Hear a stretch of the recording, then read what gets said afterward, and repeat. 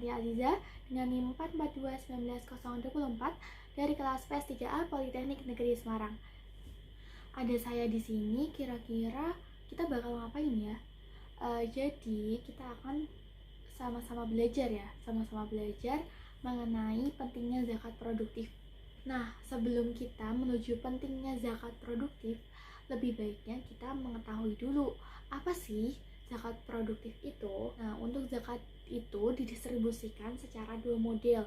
Yang pertama itu secara langsung atau zakat konsumtif. Yang kedua itu secara tidak langsung atau zakat yang dinamakan zakat produktif. Zakat produktif itu sendiri itu zakat yang disalurkan untuk tujuan pemberdayaan mustahik, untuk memproduktifkan mustahik atau dana zakat diinvestasikan pada bidang-bidang yang memiliki nilai ekonomis. Ada Undang-Undang Nomor 23 Tahun 2011 yang mengamanatkan pengelolaan zakat produktif yang dilakukan setelah kebutuhan pokok mustahik dalam bentuk konsumtif telah terpenuhi. Zakat produktif memiliki nilai lebih dibandingkan zakat konsumtif karena mengandung makna pemberdayaan mustahik. Kan tadi ada dua tuh, mengenai zakat produktif dan mengenai zakat konsumtif. Nah, dapat dikatakan bahwa bagi mustahik yang lemah fisik dan akalnya karena sebab sudah tua atau masih anak-anak, maka disalurkan kepada zakat konsumtif atau modal yang diusahakan oleh orang lain dengan sistem syirkah.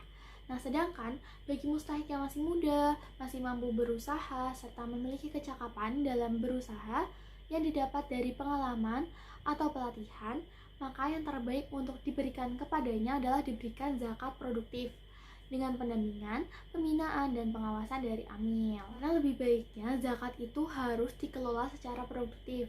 Penyaluran zakat secara konsumtif hanya dibenarkan kepada fakir miskin yang tak berdaya, sedangkan bagi fakir miskin yang berdaya, memiliki kekuatan, bahkan memiliki ilmu pengetahuan dan keterampilan, penyaluran zakat harus bersifat produktif, sehingga penyaluran zakat dapat mengentaskan masyarakat dari kemiskinan.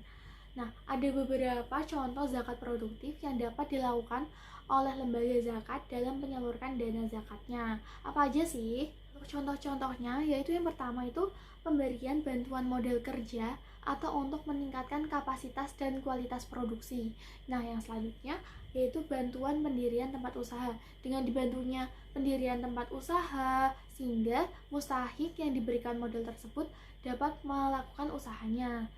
Nah, selanjutnya itu dukungan kepada mitra binaan untuk berperan serta dalam berbagai event dan pameran guna memasarkan hasil kerajinan dan usahanya.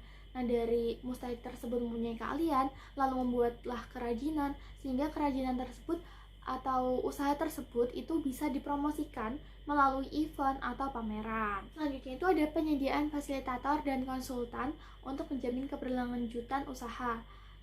Misalnya itu klinik konsultasi bisnis yang mengembangkan strategi pemberdayaan pengusaha kecil dan menengah dalam bentuk alih pengetahuan, keterampilan, dan informasi, sehingga para mustahik itu bisa mendapatkan fasilitas ataupun bisa berkonsultasi mengenai usaha yang dijalankan. Lalu pembentukan lembaga keuangan mikro syariah seperti BMT atau lembaga ekonomi bagi hasil.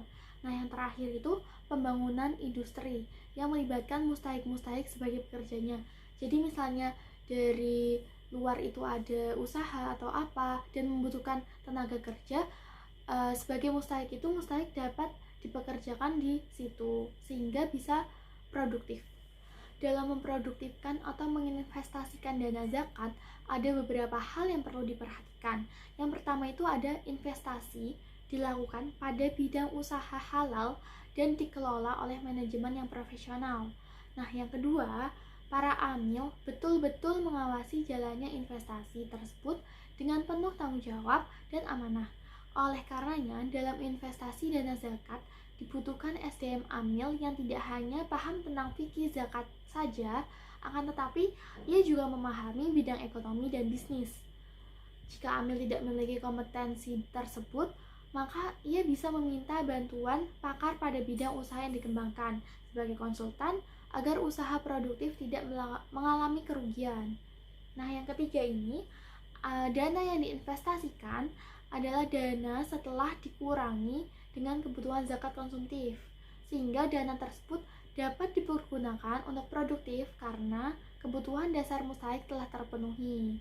Yang keempat itu adalah laporan berkala kepada publik, khususnya kepada muzaki, sehingga pengelolaan dana tersebut dapat dilakukan secara transparan. Jadi muzaki mengetahui dana tersebut itu digunakan untuk apa, lalu untuk mustahik yang mana atau dalam bidang apa. Hal ini yang masih kurang dilakukan oleh lembaga pengelola zakat sehingga menimbulkan ketidakpercayaan publik. Dan yang kelima, bentuk investasi yang dilakukan disetujui oleh badan pembina atau semacam dewan syariah yang terdiri dari pakar dan ulama, tidak diputuskan sendiri oleh badan amil yang bersangkutan. Nah, dari pemaparan tadi, dengan pola zakat produktif dapat mengubah status mustahik menjadi muzaki, karena dengan model usaha yang dimiliki mustahik, seorang mustahik itu dapat mengembangkannya dan apabila berhasil, maka ia berganti menjadi orang yang wajib membayar zakat karena memiliki kelebihan harta hasil usaha yang dijalankannya. Dengan hasil zakat produktif dapat memenuhi kebutuhan zakat konsumtif. Amil melakukan peran pembinaan dan pengawasan terhadap zakat produktif yang diterima mustahik. Pendistribusian zakat yang disertai target merubah keadaan penerima dari kondisi kategori mustahik menjadi muzaki. Secara tidak langsung, zakat produktif dapat meningkatkan kesejahteraan umat. Gak kerasa ya, kita tadi udah membahas mengenai pentingnya zakat produktif. Sebelum saya undur diri, saya mohon maaf atas segala perkataan ataupun perbuatan yang kurang berkenan di hati teman-teman semuanya. Semoga kita selalu dalam lindungan Allah Subhanahu wa Ta'ala. Saya Rahma, pamit undur diri. Wassalamualaikum warahmatullahi wabarakatuh.